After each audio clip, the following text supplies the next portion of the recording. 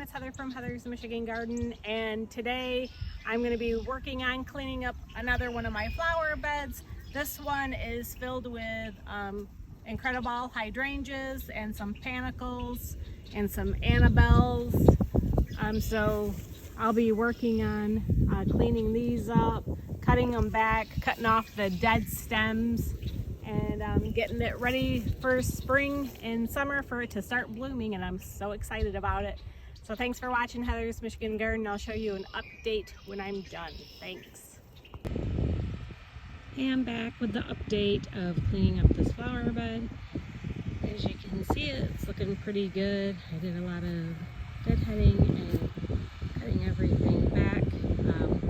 We do need to get some mulch ordered and put down, but it's looking really good.